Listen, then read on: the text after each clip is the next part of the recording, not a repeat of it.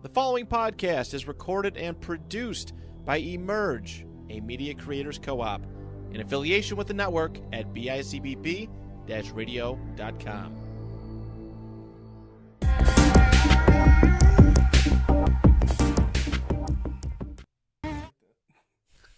Hello, this is episode 49 of the Big YAC podcast. It is I, Mike Pareto, alongside me, as always, Nico Benny, and we have Damian Jolley back in the studio today. How are you? Back in business. Appreciate Welcome you guys back, having good me sir. on again. It's good to see you guys as always. Yeah, Excited to be back on. for sure, for sure. Oh, can't hear me. Thank you guys for having me back on. It's fun to be back on the Big YAC. Pleasure having you back on. So let's talk a little bit about the Virtuosos. So explain to us what the Virtuosos is. You just started a podcast. Yeah, we just started a few weeks ago. It's just me and my friend Jules Houston, who has been on the show a couple times. And we're just talking movies and TV shows. You know, we always have conversations about it. We go to the movies constantly, get to see all the new releases. So we figured, why not put something out there for it? Mm-hmm. And, you know, obviously you guys are an inspiration for us. Jules already had his own podcast before, so it was already kind of just an easygoing thing. Mm-hmm. Jules was texting me a bunch of stuff about movies, and I was like, do you want to just try a podcast? I mean, Let's talk about we might as well. Yeah. We talk about it enough as it is. Mm-hmm. You know, why not just try to go out there? And, I mean, it's been really fun, man. We're on episode technically 4 tomorrow. The first week kind of had some issues, so that wasn't a full episode, but episode 3 tomorrow. So we're really excited, man. It's been fun. Definitely just trying to grow as much as we can. Obviously, you know, I said we're a starter. We're not even a month in yet, so it's been fun though. We got an episode tomorrow. We're talking the Flash. The Flash is coming out this weekend. That's the next big one for us. So Yeah, I mean, I remember when we first started. I mean, it's not an easy thing to, you know. man, like, It's Yeah. it's tough. Like just like I knew it was a hard thing to do, but once you actually do it yourself, you're like, oh, wow, how much goes into it? You know what I'm saying? I mean, the social media aspect, thinking about what you're going to do for the episodes, and then making sure that you're staying, what's the word? Like, Consistent? you're keeping people, you're consistency, and then, like, you're staying engaging for the whole, you know, however long the episode is. We're usually doing hour and a half episodes. You don't want people falling asleep midway through an episode, you know, so it's hard to try to find a way to keep people engaged, but it's been fun. It's a good learning process for sure. Yeah. definitely. I was gonna say the consistency is the biggest thing, and especially with only 2 people on a podcast, Right. it gets tough. We struggle. There's some weeks where it's just like, damn, like we're getting our asses beat. Like, you know, life goes on. You got a whole life, you know. We're both he works 2 jobs. I work a job and DoorDash on the side. Right. Like, and then on top of the money that we're making, trying to find a way to make this turn into something that we can make money off of. Well, right, for sure. And like I said, like, that's definitely something we're trying to work through. Like I said, we're doing just Thursdays right now, how you guys do your Wednesdays. You know, I mean, hopefully down the line we could do more with it. But I mean, right now I said just trying to find that balance where we're both always available, can always do it. It's kind of just where we're trying to stick with right now. So once we get that, I feel like once you hit a stride, you usually can stick with it, you know. That's how it is. Yeah, we have our time blocked off. We both know, like, every Wednesday, 7:15 p.m., we're going to be in this studio. Exactly. You Butts know in there's seats, nothing. like, There's this nothing is- else changing. exactly. Regardless, Like, everyone in my circle knows, like, Wednesday nights, Nico is not available. I even don't even work. I specifically don't have an availability Wednesday nights to make this. Same. Well, that's exactly kind of how I did it with mine too. Like, we've been doing Thursdays. We do Thursdays like around like noon, and Jules is always off. And that's what I even told my job. I said, listen, I can't do Thursdays anymore. Between Bingo. you know, recording and then just making sure everything's looking good for that day. You know, with Jules does a lot of our editing along with like Trevor Janice. It's our big editor thing. But, you know, just checking everything over, making sure we're getting everything posted and everything looks right. You don't want to post something that ends up looking goofy in the long run, you know. So it's been cool though. I'm really excited to see how it lasts going forward.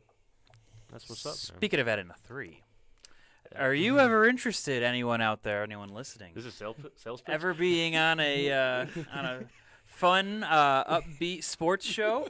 No. If so, hey, reach out to me or Mike. We are actively kind of looking for some additional help on the side. Anyone that's trying to get their feet wet, maybe someone that's just trying to learn, someone that, you know, maybe doesn't have everything, all the tool set ready to start their own show, but just someone that wants to learn how to run a podcast, what a podcast looks like, and they like talking about football and want to edit some clips. We're looking essentially for an intern. Yeah. Because It's just, I mean, it's a process. I mean, taking a look at a couple podcasts. I mean, like, TikTok, for example, they just hired Scott Porter, is a friend of all of us. So, I mean, they're helping them produce and make reels too, if I'm not mistaken. Right. So, I mean, it's probably a big, help. Got a big pot, and there's room for one more hand, I think. And I will say, it really is helpful, man. Like, when we got Trevor on, it was honestly, like, a big help. Because me and Jules aren't the biggest tech guys as far as editing and all that stuff, So, when he said he was willing to do it, we were like, oh, that's awesome. I mean, he's made pretty much, like, all the graphics you've seen or anything like that so far on any of our social media has all been Trevor Janice. That's all his work. Shout out Trevor. Shout out Trevor. I mean, it's cool to have that extra pair of hands just to make sure that everything's looking smooth. And they nice to know those media kids from the past are still using, like, it, to be honest, it is like a cool thing for me. Like, oh yeah, I remember that guy. Like, he was in media. Like I remember him. Yeah, it's funny. Like for me, and I never, like, so I've been retired a year, like going on next Friday, I'll be retired a year. Mm-hmm. And it's funny, like, I did not expect to be doing this much, like, of what I'm doing right now. Right. I thought I was going to be doing, like wiring and other stuff like that. And now I'm doing all this video production, but mostly, like, podcasts. So I have 1, 2, 3, 4, 5, 6, 7. I'm going to do 7 productions this week. Oh my goodness. Yeah, you're working. So, and that's the thing too. We want to give, but I'm still looking for more podcasts because I want to keep growing this, and then eventually, like, start hiring folks, like, to sit in this chair, right, and then that way we have, like, we should all be helping, we should all be supporting each other, and you coming on talking about your podcast and all that stuff is just a way to build a community. We're all thankful. We always talk about Matt out of North Tonawanda because none of us would really be doing this if it wasn't for, like, original Trap Nerd guys and Matt over at the network. Like, a lot of us wouldn't be doing this. I mean, those guys kind of created places that we can all kind of join in. So it's pretty awesome. So good luck with yours, man. Yeah. Going back on that third, we want to give old Rich Moreno a break over there. He also, just as much as we say we're not available Wednesday nights, he's also not available Wednesday nights because he's the one that's kind of helping us put this whole thing together. So that could be date night. Yeah, exactly. Making him miss out on Rich just wants to go home to his wife and have a nice dinner. What the hell is date night? I don't know. No, I would like Wednesday's my favorite day of the week, though. I mean, I have a bunch of things on Wednesday. They have a podcast I do earlier with a couple women, and it's so different than all the other ones that we're doing. And it's got its own vibe, and I really love doing it. They have their own studio. We designed a completely different studio for what they need. Right. And that's kind of what I learned. Like, everybody's got to, like, you talked about it. I do one with my son Christian, and ours is just the two of us. Yeah. We almost never have guests, but we have built-in things we love to fight about. Even if we agree, we love to fight over it anyway. It's good to have arguments. Yeah, it's you kind fun. of need that. It's cool to have different opinions on the podcast, especially. You don't want all the same opinions constantly. It's cool to have those arguments, those little disagreements from time to time. We have a Star Wars one that we do, and that one's hilarious because the four of them are completely different corners of the map in terms of what they believe, what they agree to. They're always arguing over everything, so it's great. Yeah. We're gonna talk a little bit about your Miami Dolphins. Okay. So last time we had you on, it was mid-season. It was the week after the Bills lost to the Miami Dolphins. Mm-hmm. Remember that game? Josh was, like, bent over, had his helmet thrown, and that viral picture of him crying onto his shoulder. That was also the punt butt or whatever you want to call it. The butt punt. The butt punt. The Heat game. The Tua concussion game. That was a game full of memes, man. Yeah. That started a lot for the NFL season, and it's crazy how quickly things changed after that game. Yeah. I mean, things went downhill for one team and uphill for another team after that. I guess. And they met. They met two more times, so at least they're both playoff teams. No, for sure, and it's exciting. I'm excited for another year of football. Who isn't? You know what I'm saying? Yeah. That's what we look forward to, obviously, and I'm excited, but I'm scared at the same time, man. The Dolphins have made some good moves. Let's go over their offseason. I know the free agency acquisitions weren't too big this time around. It was really more so we got Braxton Berrios and all that to replace Trent Sherfield. We still got Cedric Wilson, which I don't really know what they're doing with that. He didn't really get a lot of play time last year. I really did like the draft. I didn't think we would go corner in the second round. It was kind of a weird pick to me. with, I think, Cam Smith was the second-round pick. And, I mean, I get it. We were hurt in the secondary last year. That was a big hurt on our defense. You know, Byron Jones, Lord knows what happened to him. I still don't know. Right. Off the grid. He just, you know, he came out and made the cryptic tweets about how his leg is ruined, and then we never heard about him again. I haven't heard his name once since he was cut. You know, and then Damian Howard obviously was hurt. We'd had some guys step up, Kader Kohu and stuff like that. So what about Jalen Ramsey? I know. Well, that's what I was getting to. Yeah, that's the big one. Obviously, that's an upgrade over somebody like Byron Jones. Jalen Ramsey being a Dolphin is unbelievable. Sorry, no, I don't want to cut you off. No, yeah. I will say, right. In the years of me being a Dolphins fan, these last 2 years have been probably some of the best just off of acquisitions. I mean, to get Tyreek Hill, get Teron Armstead, and now Jalen Ramsey is also a Dolphin. Never could have guessed something like that would happen in my lifetime. I mean, that is 3 of the best players at their positions, and they're all Miami Dolphins. It's unbelievable. You want to know something crazy? Is we did a top 5 cornerbacks list, I think, 2 weeks ago, and we got flamed. We got for ripped it. to shreds. We got chopped up, and diced. Because we had so.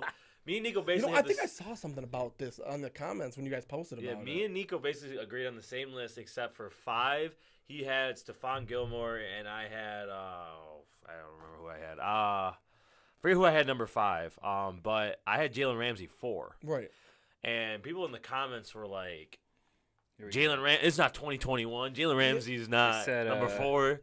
Yeah, I did see something about that when you guys posted it. It's, you know, I think it's the worst list I've ever seen was the top comments. That was the top comment. Dude, it's the recency bias is unbelievable. People, you have one bad season and all of a sudden you are not a good corner anymore. You're not a good player anymore. You lost your step. He said, "Bro has Ramsey 4. Come on, delusional ass list. This is 2023, my boy, not 2021." Yeah. First and foremost, it's not even 2023 yet. 2021 was just a year back. I mean, it's unbelievable. I don't really. He did have an off year. I mean, but who on the Rams didn't have an off year last year? That team was just in shambles. It just fell apart on them. That's just as simple as that. I don't think even Aaron Donald, who has been one of the best defensive players since he's been drafted, did not have a good year. He was hurt. And all that Matthew Stafford was hurt. Cooper Kupp hurt. Mm-hmm. All these guys just had a bad year that was just an off year for the Rams. I'm not going to write off Jalen Ramsey off of 1 year when you've been a top 4 corner since you've been drafted. Yeah, and it's just, you know, I do think he definitely bounces back this year, especially with the type of defense you guys have in the secondary. I mean, you know, pairing him with Xavier Howard and Javon Holland, you know, guys like that. Deshaun Elliott was nice off too. season. Yeah. I think it's really going to stand out too. The secondary I think is going to be even better. Now that first of all, Vic Fangio was my favorite move in the offseason. I can't believe I skipped over that. I can't believe I skipped over that. Getting Vic Fangio, that was my number one. That's who I wanted the most in the offseason. He was tied to us last year. Then it didn't happen because he was taking the year off, supposedly, and then he ended up being the defensive helper for all these other teams in the playoffs. Sounds like Leslie Frazier. Right. But once we finally got him in, I mean, it was just such an exciting thing. I think what he could do for our defense is unbelievable. Our front 7, especially our D line, is already so dominant. Now, do you think with Bradley Chubb didn't have quite the second half of the season than Dolphins fans expected post getting traded from Denver? Yeah. Now with an off season in their belt, do you think that Bradley Chubb is more of a focal point on this defense, and do you think he starts to pick up snaps? I definitely think he'll pick up more this offseason, but in all honesty, I think everybody takes a backseat to Jalen Phillips right now. He's been a stud. Yeah, Jalen Phillips. I remember when we drafted him, and I knew he was good, but the injuries were always a concern in college. That was his thing. I didn't expect him to be as good as he is. I mean, it feels like the guy's unblockable at times. He definitely is the focal point of the defense, I would say, right now. A lot of our corners are just older. You know what I'm saying? Xavier Howard was it for a couple years. He's just getting up there in age. Jalen Ramsey obviously is a big one. I would say him and Christian Wilkins are the 2 most important players on our defense right now. Especially having them on your front 4. Yeah. Christian Wilkins deserves to be paid like a top defensive tackle or nose tackle, whatever you want to call him. I mean, doesn't take snaps off. When's the last time you saw a D tackle with over 100 tackles? I mean, this guy plays damn near every snap in the game, doesn't get tired. The following podcast is recorded and produced by... I'm excited to see if he just continues to get better under this defense. You know what I'm saying? And I think this defense, how you said, is definitely going to help the secondary out where they're not going to get stuck playing so much man. Yeah. I think that was a big hurt for us last year. Is that kind of defense we were running under? I forget our old defensive coordinator. I hated him bad. I'm not even. His name doesn't matter. Yeah, it doesn't matter. Redacted. I disliked him. He never knew how to adjust. But I think going out of the man scheme more and going more into zone is going to really help our corners stay healthy. And I'm excited for that. I mean, the defense, I think, is the one that needs to take the step. The offense is fine. It's really crazy seeing like the comparison between, you know, and I'm not driving Ed Oliver into the dirt here, but I mean, like, you know, comparing Christian Wilkins to him, you just see how much more of an impact you have. Both 2019 first-round picks. Yeah. And, you know, Ed Oliver was picked 7. Yeah, he was 9. Nine. Where's Wilkins? Wilkins was 12 or 14. It was like middle of the first. Yeah. And a lot of people didn't like that pick. Obviously, I was a Dolphins fan. Obviously, I wasn't doing as much draft analysis as I do now. I'm so into it all now. But I remember the pick, and I remember a lot of Dolphins fans did not like the pick.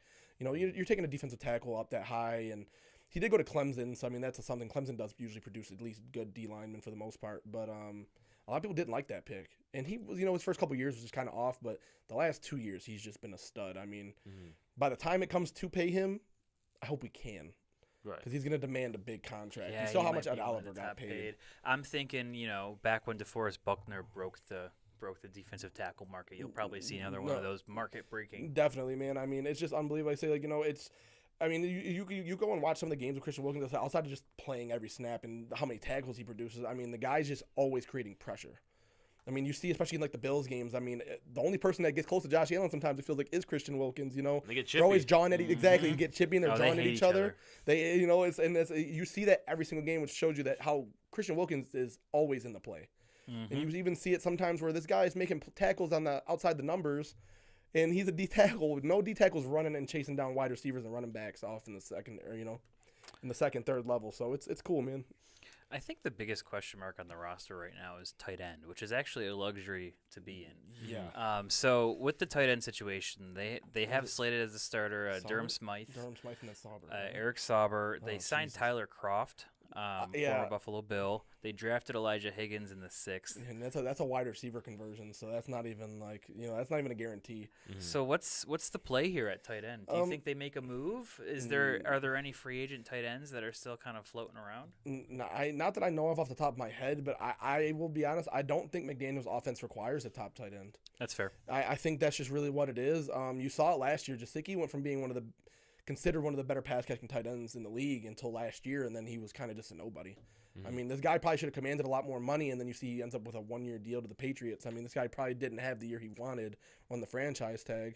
I think that just contributes to McDaniel's offense. He clearly prefers wide receivers, especially the speed, which plays into like the running back that we drafted, Akane. I think that's how you pronounce it. I always have a hard time pronouncing it. I think it's like Akane or A-Chain or it's something. Yeah. But, yeah. You know, I mean, you look up the Dolphins, and that's what it is. We're the track team of the NFL. Everybody's speed, you know. So I think tight end is just more so. It's just a safety valve. Yeah. If Tua really needs to throw it to him, go ahead. But our plays aren't designed for tight ends, you know. If it's not Tyreek Hill or Jalen Waddle or a running back, you know. I got you. Take a look at your guys' schedule. You guys open up week 1 on the road against the LA Chargers. Scary. Tua had his worst game of last year against the Chargers. He did. It was tough to watch. Primetime game, and this guy goes 12 for 31. I mean, definitely just a very off game for him on a tough stretch of games at that. You know, I mean, I think that was the second game of that 4-game stretch where that almost lost us a playoff spot. You go into San Francisco, lose there in a tough one. You go out there, and then, like I said, this is a primetime game we're talking about, and Tua goes and has an abysmal game. You know, obviously we stayed in it due to some of the crazy plays. There was the fumble backwards that Tyreek grabbed and ran for like an 80-yard touchdown. Tyreek had another long touchdown, but, you know, it's just tough. I mean, we'll have to see what the Chargers offense looks like now. You know, they got Kellen Moore. So, I mean, that could change something. I'm still not – their defense isn't too scary, I guess, but they'll be healthy this year, so we just have to wait and see. Yeah. How do you feel about playing the Bills home or away week 4 and then now playing them home week 18? No one can talk about the weather. I prefer it that way, 100%. That's how it's always should have been. I think it's just – I know there's no fairness in the NFL, I guess, but it makes no sense to have a team that plays in Buffalo, New York, come down to Miami in the middle of September and play in the weather that's down there. Seems like a social experiment. Yeah, that's exactly what it was like. Oh, let's see how you guys last playing down in the Florida heat that you're not used to, you know? And that was a big thing last year. Oh, the Dolphins had the advantage. Oh, you guys play in 100-degree heat and our guys are dying on the sideline. Where's the shade? Where's the this, the that? And then it was the same thing at the end of the year. You know, the Dolphins come in and we're getting hit with snowballs and we're getting, you know, fans are getting threatened to stop the game. And then by the end of the game where it mattered most, it was a torrential downpour and it was a snow globe inside that stadium and it affected the game. That was a good game to watch. It was a great game to watch. I mean, that's as good as you can get for an end-of-season game, you know what I'm saying? Or, you know, week 17, I should Speaking of end-of-season games, I mean, they do face the Bills in Miami, week 18. And that's a big one. It could decide a lot. It could decide nothing. Yeah. I mean, true. It should decide a lot. I mean, both teams are going to be good. Odds are I would be totally shocked if it wasn't for the division this game. No, yeah, for sure. I definitely say, and I think that's why they left it open for, like, the flex. That's why there's no time announced. Because if it is big, we'll see another nighttime game. It's going to be for the 1 seed. Oh, yeah. I mean, you really honestly you never know, man. I mean, the AFC is a tough conference, obviously, as compared to, like, the NFC. And you never really know what's going to happen. But if these teams stay healthy, or at least stay close enough to healthy, there's no reason they shouldn't be fighting for a 1 seed. How about the Black Friday game? You guys play the Jets on the road. Yeah, that's kind of a crazy, you know, little. It's a fun one. I mean, it's cool. We'll see how Aaron Rodgers turns out with the Jets. That's your first face off against the Jets too, and then you play them 3 weeks later at home, week 15. Yeah, it'll be interesting. Black Friday game's a little weird. I mean, really, Black Friday? Do we need another game? I mean, I'm not gonna say no to more football. Right. But, you know, it kind of just makes me think how many people can be in attendance, how many people are going to watch on Black Friday. You know what I'm saying? And then, of course, we're the team to get stuck with it, you know, the first time it happens. So it could be fun. It really just depends on how it plays out, what the weather's looking like. It's going to be in New York. Yeah. So, I mean, by that time, it could be freezing cold. Black Friday in New York. Yeah, that's what I'm saying. Like, that'll be a crazy atmosphere for sure. Honestly, my least favorite game of the schedule is what they did with us and the Chiefs. Oh, the Germany game. We talked about that. The dumbest thing I've ever seen. I was almost willing to bet money that Miami was going to get the Chiefs week 1. I was the Tyreek revenge game. The Chiefs just won the Super Bowl. So they get a week 1 matchup. Why not have them play Miami in Kansas City? I thought for sure that was going to be the game. The schedule comes out, and we're playing them in Germany at 9:30 in the morning. Why? That was a wake up with your toast, and you got Dolphins cheese right at you. Dolphins cheese right at you as soon as you wake up.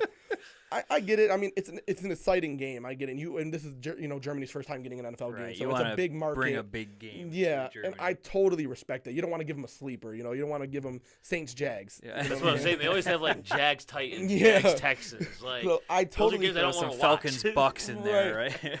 I totally respect it. I think I understand it, but it just kind of felt like a slap in the face. And you know, like I said, especially at the beginning of the season. I mean, both teams are going to be as healthy as they can get. That's full firepower. Everybody's pulling all the stops to win that game, you know.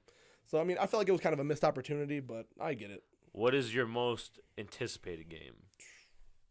I mean, it might be the Bills week 18 game, but, I mean, we didn't talk about it. It's tough, though, because you know what? I mean, the week 18 game is scary because if it does come down to a thing where it's for the division, stuff like that scares me. I don't want to watch that game. It's essentially a playoff game. No, exactly. That's exactly what it is, where it's like, you know, it could really change a lot of things. Honestly, the game I probably look forward to the most, if it plays anything like it did last year, is the Dolphins-Ravens game. That's week 17. That's going to be a fun matchup. On the road. You guys have quite the gauntlet to finish the season. Just like last year. Week 15 Jets, week 16 Cowboys, week 17 Ravens, week 18 Bills. Yeah, it's another tough one to end the year. It's the exact same thing as last year, where we were riding high until that last 4-game stretch hit, and we almost missed the playoffs because of it.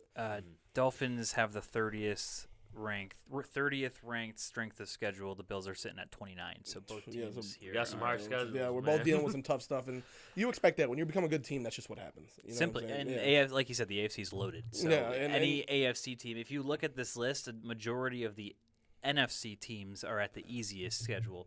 AFC teams are all towards the bottom. I mean, Patriots have the worst, and then there's the Raiders, the Dolphins, the Bills, the Chiefs, the Patriots and the Raiders, man. The Chargers, the Jets, and then finally you get an NFC team at the bottom of strength. And that's just what it is, man. The AFC is just loaded. I mean, there's maybe 3 teams in the AFC that aren't competitive right now. 4.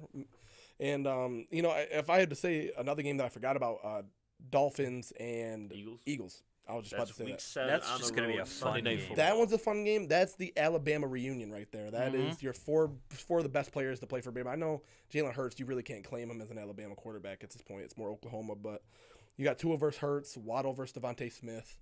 There's just a lot going on there, and those are two really high-powered offenses. I mean, at least we'll see how the Eagles recover after losing Steichen, I think. So, I mean, we'll see. But that probably would be my third one on there. I would say Bills, Ravens, and Eagles are probably the three best ones for me. So if you had to give a prediction of the schedule, what do you think the Dolphins go this year? To give it a bit of like an asterisk, I think it depends on how much Tua plays. Plain and simple. We're not a playoff team if Tua doesn't play. Don't got faith in that's old how, Mike that's White. how the Bills are. No, not at all. Bills are nothing without. I mean, I don't know about nothing, but I don't think they would make the playoffs or be nearly as good. It's just, I mean, if you look last year, and I mean, for you guys, it's even more prevalent because Josh Allen's a top 3 quarterback. He is the offense. Yeah, I mean, it's way more prevalent for you guys than it is for like Tua. I mean, Tua is a good quarterback, but obviously he's no Josh Allen. That's just what it is.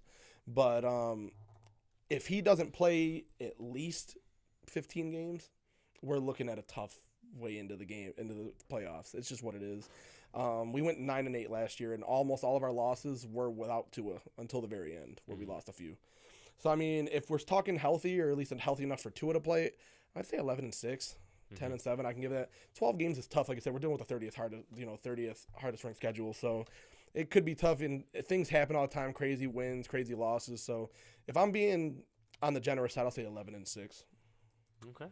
Alrighty. Well, that was Dame's Dolphins prediction for this year. A little bit of a preview of what we're gonna see coming this year. Move on. Talk a little bit probably about the biggest sports story, or not sports, but football story in the last couple days. Stephon Diggs. 2 days ago, or even yesterday, we were sitting here, and out of nowhere, Stephon Diggs skips mandatory minicamp. And everybody in Buffalo probably heart stopped. Yep. Yeah. You think? I'm not going to say probably. Yeah. It did. The initial reaction from every Bills fan, I think, is warranted. This is your best wide receiver. And then there's a big drop-off after the fact. Oh, a huge drop-off. I mean, this guy is the most reliable weapon you have in your offense. So it's scary. That'd be like Tyreek Hill not showing up. That'd be like Justin Jefferson not showing up. At least you have Jalen Waddle to... Yeah, okay. I mean, I understand that, yeah. In that Gabe respect, Davis didn't make the jump that we wanted him to, right. And I definitely don't think the overreactions were warranted. I think they were warranted. I almost said that wrong. They were definitely warranted. If your coach comes out, says he's worried that your number one wide receiver didn't show up. That's the thing. Very confusing. Concerned. It was just an awful quote all around because if you listen to the context of the press conference, it sounded like coach speak. But at the same time, why use the words "very concerned"? Yeah, that's my thing. Yeah, very concerned. My thing is like he comes out today and goes. So Diggs was there today. If anybody doesn't know, he did show up today. Did participate, not all of the drills, but a good amount of the individual stuff. But they came out and said today that he was there. So the thing was he hasn't. The thing was that he wasn't there, but he was there before practice. He was there Monday for physical testing. He was there Tuesday morning in meetings. And this is the quote that Sean McDermott said. He said, "We got to a point yesterday where we just felt like we all needed a break and some space. So I gave Steph permission to get some space and head out and pick up these conversations after practice. So let me make it clear. It was not Steph leaving unexcused. He was excused by me. And so these conversations have got us to what I think and believe is a great spot." So why say you're very concerned? That's what I'm saying. If you just scaring you backtracked on your statement from the day before. And I honestly think he just let his emotions get the best of him that day. He was probably still fired up from that, whatever conversations happened, were, right. whatever those internal conversations look, especially after seeing the players be like, "Oh yeah, we're on Steph's side. He was probably fired up and just slipped and was like, "Yeah, I'm very concerned." But then, now he has to do some quality damage control. It's damage control now. And it's just a thing, too, where it's not just a Buffalo thing. Everybody is talking about this. He's this top was five, number one top football. 7. I mean, receiver. everybody is worried about this now. And then, I mean, I don't know. And then today, the last day of mandatory minicamp gets canceled. Yeah. I mean, hey, it just it's a bad look. And you can't just trade that either. I think a lot of people just overthink that. When you get paid that kind of money, you're not movable, man. It's just what it is. You're with that team for at least a couple years till the dead money starts to roll up. Unless you have like a insane amount of money where you can afford to eat it. Yeah, then that's the thing. But the Bills are not. The Bills have, they're scraping the bottom of the barrel for money. All right. So I think the only way they could do it is if there was a team that would eat the caps. And there's not a team out. There's no team out there that's $20 million in cap. Nobody's eating that. It's just not a thing. Like it's not gonna happen. There's especially now. If it was somebody you really wanted, sure, but like it's too late for that. Like most people have went and did their shopping, right? And plus, I just think Stephon Diggs isn't old by any means, but I guess for an NFL player, he's getting up there. He's 30 now. Yeah, about to be 30. Exactly. Yeah, it's the same thing with someone like Tyreek Hill, where it's like 30's not old, but for an NFL player, it's old. Mm-hmm. So you're kind of getting to that point where we're gonna start seeing the end of your career sooner or later. You're gonna start slowing down eventually. This isn't Justin Jefferson. Yeah. This isn't Jamar Chase. They're 24. These guys that are in their mid-20s that haven't even hit their primes yet. A team might take that bait then, but right now you're not doing that for a 30-year-old wide receiver. Yeah, that's why the D-Hop thing happened. That's why I was gonna bring that up too. Yeah, that's why D-Hop got cut. The Cardinals didn't want to eat that money, but nobody was gonna take him, and they weren't gonna get what they wanted for him. And that's they why knew that DeAndre Hopkins was not going to be playing for them. Exactly, and they said they bit the bullet. They were already gonna be a bad team. It's New like regime, you need that money. Clean slate for them. You don't need that money. They could afford to eat that because they are not competing for anything. All this season is just ready for 2024. Going off that, this wasn't on our docket of things to talk about, but the DeAndre Hopkins situation. I mean, he visited the Titans and the Patriots, which is pretty much on the contrary of what every person thought he would be going to in a contender. People are now saying it might be a little bit more about the money. Is there a sweet spot? Is there a team that can provide both the money and the pedigree? I think both teams, the Titans and the Patriots, are they're not bottom of the league, but they're they're close. They're close. They're close. They're in the third quadrant or they're in the bottom. The Patriots have got to come in fourth in the AFC East terms. Let's be honest. And the Titans are probably the bottom of the barrel in their division. Are they going to pay that much? Why would they pay for that? They've got to start saving up for 1 year, 2 year. They've got to start getting ready to make their move if they're ever going to be relevant again. And they're gonna have to get ready for when Bill Belichick decides to get out of there, man. Are they on the Mac Jones train? Or are they off? I think this is a huge year for Mac Jones. 100%. Whether or not they draft or tank for Caleb Williams next year. Caleb Williams in the Patriots jersey, I'd be so mad. That'd be disgusting. I would be so pissed. Going back at the DeAndre Hopkins situation, I think there's only one team that has that at least some sort of balance, and it's the Philadelphia Eagles. I see it. I see why you say it. The pedigree is there. They just made it to the Super Bowl. They definitely could make the money up some way. I know they got $12 million available right now, and that can be manipulated. Yeah, so you could always restructure contracts, make that money up. The cap space doesn't exist. No, it doesn't. They can say it all they want. Cap space doesn't exist in the NFL, man. They just like to say that. I would say, and I know I sound crazy, and I said this to Jules too. I think the Browns make sense. I get the Browns are a laughingstock. They are obviously not a winning team by any means, but if they want to take that next step forward, you go and they clearly have faith in Watson. You don't pay a guy all that money and then I have faith in him. Gave him Amari Cooper. They went and got Elijah Moore and all that. If you really want to solidify it, say, hey, we're going to make a push. That would quietly become one of the best wide receiver rooms in the entire league. Easy. Mm-hmm. And what better weapons to give a guy that hasn't played quarterback very often in the last couple years? That best wide receiver room in the league. Pair him up with his teammate from the 4 or 5 years he was with Houston. Exactly. So it's just one of those things where I say they would still have that connection. You still have Amari Cooper, who is one of the best route runners in the league. Elijah Moore would be a great slot guy. I forgot they added. They still have Nick Chubb, Donovan who is a top 5 best pure rusher in the league. Yeah, David Njoku had a big step. They could clearly, if they really found a way to do it, they could make a jump and automatically be one of the better teams in the AFC if it all came together for them. Yeah. Oof, yeah. The DeAndre Hopkins thing, it's kind of similar, I feel like, to Odell Beckham in a way. It was just kind of like, another guy who is, approaching, he's in the second half of his career. Right. And it's more of like, you really don't want to spend that much money on a guy. And, DeAndre Hopkins, to say the least, the last couple of years, ever since, I think 2020, he's had, he had the suspension. He's gotten hurt. Yeah, he hasn't been completely healthy. It's a decline. It's definitely a decline where he's definitely heading there. Is that right? What?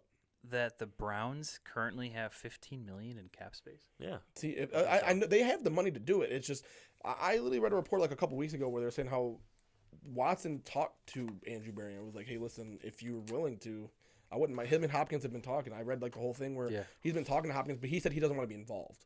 Mm-hmm. If the GM thinks it's a good move, go ahead, call him up, but he's not gonna beg for it. You know what I'm saying? Right. And I mean, like I said, that would easily be one of the best offenses if Stefanski, of course, can put it all together. I like the Eagles. I do like that Browns fit. You've kind of talked me into it. It would be crazy, man. Their offense would definitely make up for anything they're missing. And their defense wasn't horrible last year. I mean, a lot of injuries. Myles Garrett obviously is a one-man wrecking crew on his own. So, but now you add Zadarius Smith. Yeah, exactly. That's probably the best pass rushing duo in the league now, exactly. It's definitely up there. So I mean, if they were to somehow add DeAndre Hopkins, this Browns team would turn around very quickly. Yeah, they would be could competing. Challenge the Bengals. Challenge the Bengals. They would challenge. I would think they would challenge. Might be a hot take, but they could challenge for that division lead. Yeah, easy. I mean, the Bengals deserve to be the favorite still. I mean, there's definitely nobody knocking that. But I think the Ravens, they're definitely competing with the Ravens. Yeah, they're definitely competing for second in that division easy because the Ravens made some good moves. I mean, we'll see how Odell Beckham really holds up. That's the big one for them, I think. So, Zay Flowers is a great pick. Bateman coming back, but Odell was clearly the catalyst. And if it doesn't pan out or if he ends up hurt or whatever, God forbid, that team could quickly fall apart. Injuries seem to derail them every single year. Yeah. So. Yep. I want to do a little bit of a fun segment now while moving on. So, I mean, every week we do, it's the off season. We try to do something fun. There's not a lot to talk about in the NFL. We're in mandatory mini camps, not yet to training camp. So this is the little segment that me and Nico came up with. It is, what beer would an NFL player drink? Like what NFL, you spit the player out and then we will decide what beer would it be? What drink would they enjoy? Yeah, beer, alcoholic drink, maybe even like a mixed drink. Okay. Jungle juice. I don't know. Just throwing them all out there. Okay, let's think of a player here. Let's start with Josh Allen. Oh, We're in Buffalo. Blue light. He's slamming blue lights in Hammer's lot right now. Yeah. That's such a simple one. Yeah, blue lights. Not many teams have a beer associated with them, but if anybody does, it's the Buffalo Bills. Or he's drinking those. You guys remember the QB1 seltzers? Yes. Those were fun. Those were really good. They're still around. Those had a grip on me in 2021. Yeah, man, they're still around. That Josh Allen breakout year was made way better by those. They need a I'm kind of like, that's the thing about seltzers, or it's like, I get kind of sick of a lot of the flavors that are out. So when they come out with like a new flavor, I'm like, you gotta try it because that's the worst thing about like seltzers too, where it's like it's all just recreated. It's just different branding, same flavors. They do the same thing, just a different name on it. It's always the same. So yeah, I would definitely say Labatt Blue or the Blue Light seltzers for him for Josh Allen. Joe Burrow. What's Joe Cool drinking? Why does I feel like he's a bougie bitch. I feel like definitely is. I feel like Joe Burrow isn't drinking beer. I think he's drinking an old fashioned.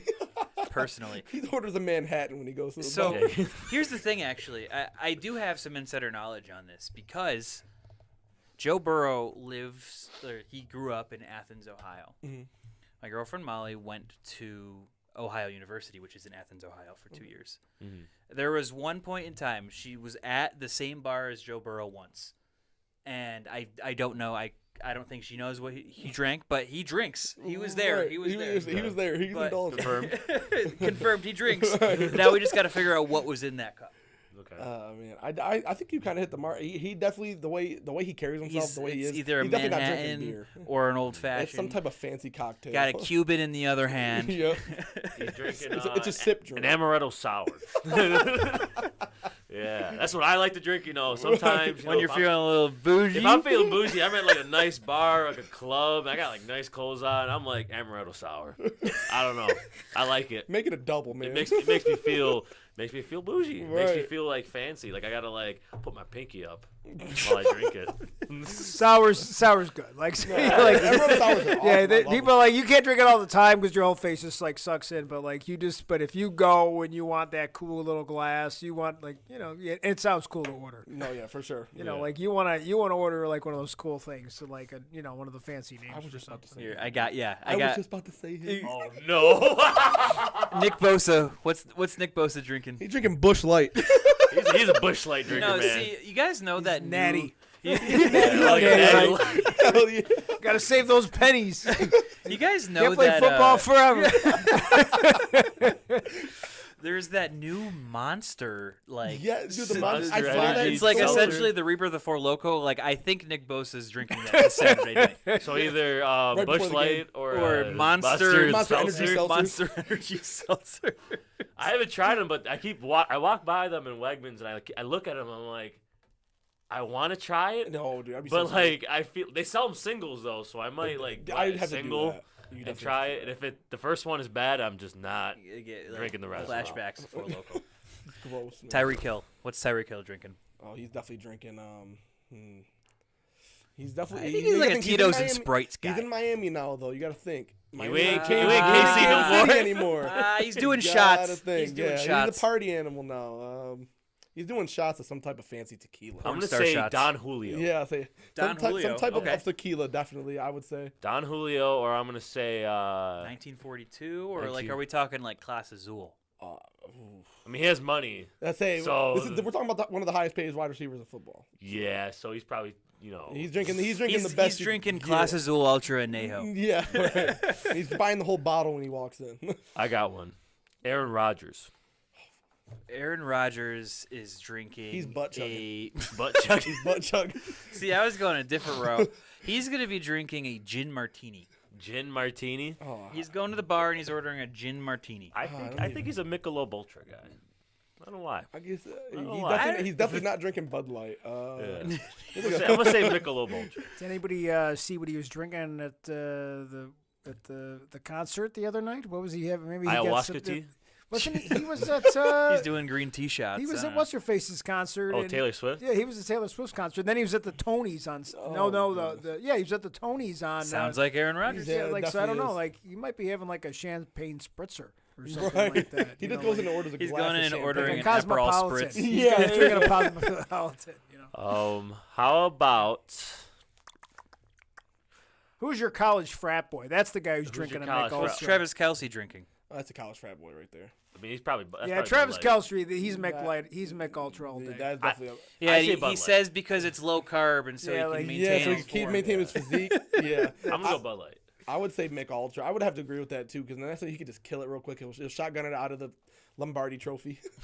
He'll do something with Bud it. Light is the sponsor of the NFL. I'm pretty sure. if I'm not Okay, there you go. mistaken. So then you might have to do that then. So I think with like the Super Bowl like parade, I think they automatically have. What do you Bud think Light. Trevor Lawrence is drinking on his days off? Oh, All that water. hair. High noon. Yeah, I the think white I girl can't drink. totally explain it, but high noon specifically like feel the like- pool pack of high I'm noon. gonna say either high noon or a vodka soda. I'll just say like I'm feeling like Definitely like, a vodka based. He's doing like Tito's and water with the Mio in it. What flavor? That's what my Mio? mom does. Doesn't matter. Doesn't matter. So who are your bourbon drinkers? Jason Kelsey. So Jason Kelsey, No, there- I think that's No? that's no, like he's another a fact. gentleman Jack guy. Yeah. Gentleman Jason, Jack. he's Okay. drinking Tennessee whiskey, not bourbon. Okay. And he gets Bourbon really mad when guy. someone asks if he's drinking bourbon. He's like, "No, I'm drinking Tennessee whiskey." Okay. I was gonna say I'm just like visualizing. So I'm like, Bourbon guys are definitely either going to. There's going to be one of two categories. It's going to be your offensive line. Your entire any offensive lineman, pick a name outside of Jason Kelsey, Outside and of Jason Kelce. he's drinking bourbon, or it's going to be like random little that's wide like a li- receivers. Little wide receiver. like Khalil Shakir Light loves bourbon. Like, oh, Khalil okay. Shakir is going to have a secret. Like Yeah. Braxton Berrios has a whole thing of bourbon in his house. He's got a whole rack. Braxton all Berrios this has a fancy $3,000 bourbon. bar behind it. Right. That's a tough one. I just picture. I said it off the air, but I picture all those big offensive line guys drinking hay burners. They're just the big IPA guys. All those guys from the Midwest, they're all just drinking hay burners. He's pounding down every single time. Every Cleveland Brown is just killing drinking hay everything burners. that's an IPA. They're killing all those IPAs, all that hoppy shit, because it tastes like the Midwest. Who's drinking an IPA? I feel like Dude, a guy like Scotty Miller. I don't know. Scotty Miller looks like an IPA lover. That's like a I could see Dawson Knox slamming IPAs. I was gonna say a tight end too. I was trying to think. I feel like I could see like Dalton Schultz drinking. Dalton IPA. Schultz. Hey, buddy. He's got the name of someone that drinks an IPA. Like, yeah, how many IPAs you have on draft, buddy? Where are they from? Yeah, I got one. What's Derrick Henry drinking? Vodka Red Bull. He's drinking a board. Yeah, that guy. He's not. Hyped up. Yeah, he's all high energy crap. Yeah, he's drinking anything with an energy drink. Yeah, he's Monster Seltzer. It's definitely Red Bull with like something in it. Yeah. Definitely like a vodka Red Bull. I'm a vodka Red Bull guy. I love Vodka Red Bull. What's a go-to? What does that make me? Am I Tennessee Titans running back? You ready to go? You're Derrick Henry Jr. Derrick Henry. All right, I got a couple more. What about Joe Burrow? Joe, Did we do Joe? Yeah, we I'm hit sorry. Joe Burrow. Joe Burrow's an old-fashioned guy. Oh yeah, you're right. I'm sorry. What? We gotta talk about the high. We gotta talk about like the highest boy. Go ahead. What about your boy Tua? What's Tua drinking? He's definitely drinking like a Bahama Mama or something. Bahama Mama, Like a Mai mojito. Tai. He's drinking a Mai Tai. Something with an umbrella in it. He's got the umbrella in Little it. tiki drink. Right? Yeah. He's got a pina colada and a pineapple. A spiked pina colada. I feel like that first day you go to Miami, you gotta go get one of those anyway, Yeah, right? You gotta exactly. you're down like when you go on vacation, you always get that. That's like the first drink you get, right? You You have always to. get like something with. Give me something with rum. I need something with rum. That's definitely his You know. go-to. That's what he's drinking on his days off. What about like a coach? If you had to say a coach, What's Andy Reid drinking? Coke. Coke. I'll tell you what. Who's a bourbon guy? I'll tell you what a Like bourbon the guy is oldest right drink now. you can think of, like Scotch and soda. Scotch and soda. He's like, Mike McDaniel. Moonshine. Mike McDaniel is definitely a bourbon guy. He's got like the weird, like He's got- rare I feel bourbons like he's a too. seltzer connoisseur. I don't know. He Did could. you just say a Did I connoisseur? say a word? A weirdly? connoisseur? It's not a word, bro. Oh. It's a.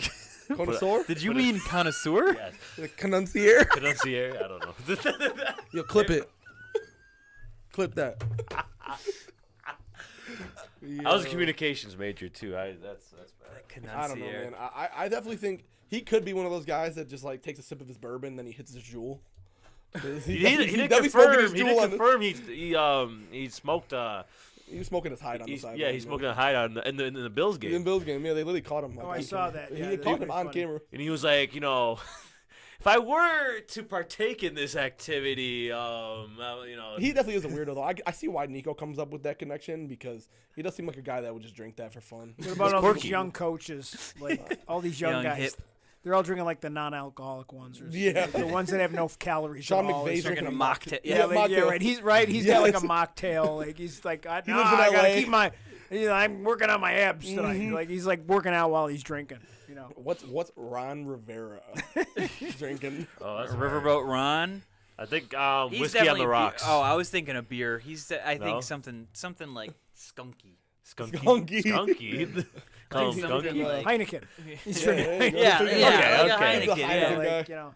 Okay. Oh, Like something God. that your dad would drink. Right. What about a Rolling Rock? Who's drinking a Rolling Rock? Oh, those guys from South Carolina. Those guys are all those Georgia guys. They're all drinking that crap. Rolling Rock? I gotta think. Some This is a guy good that's one. like, you know. I'm gonna go like Stetson Bennett's go-to. who? That's Stetson Bennett. Stetson Bennett. He's a Rolling Rock guy. That's when he got caught on that video drunk, he was just killing Rolling Rocks. Going Rolling Rock. Who's drinking like Captain Morgan? That's Just like Captain Coke. Captain Coke. That's like that's a basic drink. That's- for that's- him. that's basic guy. Belichick. Yeah. He's got like Canadian Club and like right. He's got like something. Back from in my day, that was 1940. top shelf. Yeah, he's got something like he's definitely got that. You know, something that's not he can with his ripped off sleeves. He can lift his arms up. Oh man. Any other considerations? I think we hit the best people we could though. Yeah. What about Justin Jefferson? Yeah, what's Jay Jetta's drinking? That's a Something fun, something hip, he's something like. drinking- What's the hottest thing right now? Borg. He's not drinking a Borg. I don't know. Yeah, I can't see Jetta's carrying around a board. Maybe. Oh man, what's hot right now? What's the most We haven't even said Hennessy for anybody. Yeah, like what's the most overrated alcohol you can? But he's drink? not overrated. No, I'm thinking of. I'm gonna kind of thinking of like what's the most popular thing? Like right what's the most overrated thing, and that's Dak. Maybe like that's what he drinks because he's overrated. So he's like So he's drinking the most overrated twisted drink. teas. Twisted teas. Yeah. That's Baker Myles Mayfield, Garrett he's is drinking Henny. Baker Mayfield's a Henny drinker. He's a Henny Definitely. drinker. He's walking around like Christian used to at the parties with a bottle of Henny in his hand. Ready to go. He's ready to go. If Johnny Manziel was still in the league, Johnny Manziel's drinking everything. That was Johnny He's Manziel's drinking problem. all the above. soldiers. Yeah, everything we've mentioned, he killed them all. He killed every single one of those on a Sunday night. Definitely. Baker Mayfield's drinking Steel Reserve. Oh, that's disgusting. He's mixed them. He's doing Henny and Steel Reserve just back to back. Getting ready for the morning. Do you have any wine drinkers? Yeah, any wine drinkers? Oh, Aaron Rodgers. Aaron We already talked about Aaron Aaron Rodgers, Rodgers. but Jalen Aaron Rodgers is sitting Jalen back. Hurts. Jalen Hurts is a wine drinker, bro. I feel like he's Jalen a wine Hurts is Hurts going to says- sit back on a nice, cool winter's day and have a nice glass of red Bordeaux. That's He's a red wine He drinker. definitely looks like a red wine drinker. That's just what it is, man. Matt Milano. He hurts people, so you got He to hurts people. He's He's drinking- Italian. Yeah. Okay. He's drinking Montepulciano. No, he's got what's the drinking a Negroni. limoncello. He's drinking limoncello. He's doing limoncello just because he's Italian. That's like right. Hilarious. So let me put this twist real quick. Who would you want to have a drink with out of all these players? Like out of all the players. Aaron Rodgers. Are you like the I'm most not picking- interesting man? Are you kidding me? I'm not picking Aaron Rodgers' brain. I'm good. I feel like Aaron Rodgers would get drunk and start talking about some like How the government crazy Yeah. things. You gotta go into this. He's gonna You gotta go for a Start talking cleansing, about the hat, man. He's telling you to go for a cleansing and stuff. Like, no, I'm good. He's like, yeah, dude. like, you this gotta shit get really all is the not good negative for your body. energy out of your body, Right. man. As he's pouring it for you. Yeah. He's gonna spike with ayahuasca and stuff. You're not even gonna know where you're at. I'd love a drink with Aaron Donald, me personally. Yeah, he honestly seems like such a cool dude in his interviews for somebody that looks like a monster on the field. That's what I'm saying. Like, I would love to just hear about his story. I need a drink with like Jalen Waddle, man. I know that sounds basic for like the Dolphins, but he's just like such a character. Yeah. He's just energetic as hell for no reason. Yeah. Like nothing. I'm just Travis Kelce for me. Yeah, if you want to, you're gonna have a good time. Yeah, with Travis. Kelce. I want to have a good time. If I'm drinking with an NFL player and I want to have a good time, Right. then it's gonna be Travis Kelce. Travis Kelce, and it's also, I mean, he's just a funny ass dude. Too, He is. man. He's So hilarious. it's like, And it definitely just fits in. Like I said, have a night out with Travis Kelce would be something you to remember for the rest of your life. Yeah. Oh, yeah. I don't know. You might forget it. probably will forget it. Depends how it goes. Yeah. We didn't even say Patrick Mahomes, best quarterback in the league. What he would drink? He's drinking, like, he might be a Bud Light guy. Personally. Yeah, I would say if we're talking like face of the NFL, Bud Light. Like that's just throw him a Bud Light. He'll have fun. I'd say Bud Light, or he's like, he doesn't seem like a drinker to me. That's why I said Bud Light. Yeah. Non-drinkers drink. We Bud haven't Light. brought up Miller Lite. Maybe he's a Miller Lite guy. Maybe he's a Miller High Life guy. The Yeah, right, champagne of just a beers. Yeah, step it is the champagne and beers. I'm gonna go Bud Light or a White Claw. Or Dos Equis. Maybe he's a Dos Equis guy. You know, he doesn't often drink, but when he does, he drinks Dos Equis. Dak Prescott drinks Stella Artois. Stella Artois. He lives That had a close grip enough. on me when I turned 21. I love thought Stella. I was. Man. I thought it was fancy. Like, look at me drinking my Mexican beer. Oh yeah, funny story. Me and Dave used to go over the border and go get our Blue Moons off the draft. Hey, Best I like beer a good was- Blue Moon. There was nothing better at 19 than a beer in Canada, especially a Blue At Moon Boston draft. Pizza. Best experience. Beer hasn't tasted that good since. You want to know something? Is I was recently there like a month or two ago, and I got a pizza there, a Boston pizza. So you tried a Boston I tried a Boston pizza at Boston Pizza, and it was actually not that good. I mean, I would expect It was, that. it was, just, It was actually not disappointing. that good. It was expensive too. It was like for like an 8 Oh, piece. you're on Clifton Hill. Yeah, it was like an 8-piece pie for like $28. Oh, that's expensive. Yeah. Yeah, that was robbery, and it wasn't good. The crust was just not cooked that well. I'm pretty sure like every single pizza place in Toronto that's like franchised, or not Toronto, in Canada, is not good. They're bad. They're pretty Yeah, bad. you have to. It's like here. You've got to find the. You You gotta got to find find They're a the. bunch of Papa Exactly. John's or a bunch of, There's what's the one? It's like the orange building with like the green on it, and it's like, yikes. Is it Caesars? No, Little Caesars? there's another big pizza spot, like a big pizza chain in Canada. I cannot think of it. You're thinking of. I know what you're thinking of. It's everywhere. Like when you're driving through, Pizza. I think so. It's like something like that. It's like a two-word back thing. in the 80s, like in the 80s, Pizza was like 967-1111. Like that was the phone number. Like they had a jingle. Really? Like they were like if you went to Toronto, it didn't matter where you were. You call that one number, and they just had one near you. Yeah, and that was the one. Every time we went to Toronto for concerts and stuff, that was always. That's definitely what it is. Because I was like, you see them so much, and I heard it's Pizza Nova was a really good one. I don't even know if they're still open anymore, but those two were the best in Toronto back like in the 80s and 90s when I used to go. Pizza, man. Shout out. I was in Chicago. You don't like the deep dish? Not good deep dish? I just if I want lasagna, I'll just go Lassie. Somebody. It's not. I mean, it's not. Okay, let me put it this way. It wasn't bad. It's just weird. like It's not what you're used to. It's not pizza. Yeah. It doesn't taste like, and I like I don't have a problem with that thick crust pizza because Detroit pizza style pizza, the one they have in Lewiston, that place is that Hustlers, that Detroit style pizza. That's really really good. It's like thick crust pizza. It's baked. I just don't like the way that they cook and we went to a legit place. We went. The guy's like, if you're gonna go for deep dish, this is one of the places you got to go.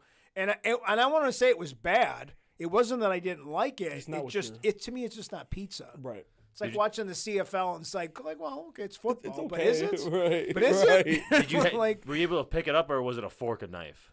Like you kind of got to start with the fork a little bit. Yeah. Like get the first part of the top of the killed it triangle. for me. Then once you work it back a little bit, then you can pick it up from there. But if you just try to pick it up, it's just all over the table or the dish or the box or wherever it came from. Right. And like I said, the place we went was like a legit place. Yeah, it's not like you went to some knockoff spot. It wasn't. It was good, but it just to me like it's not. It's like a lot of hype.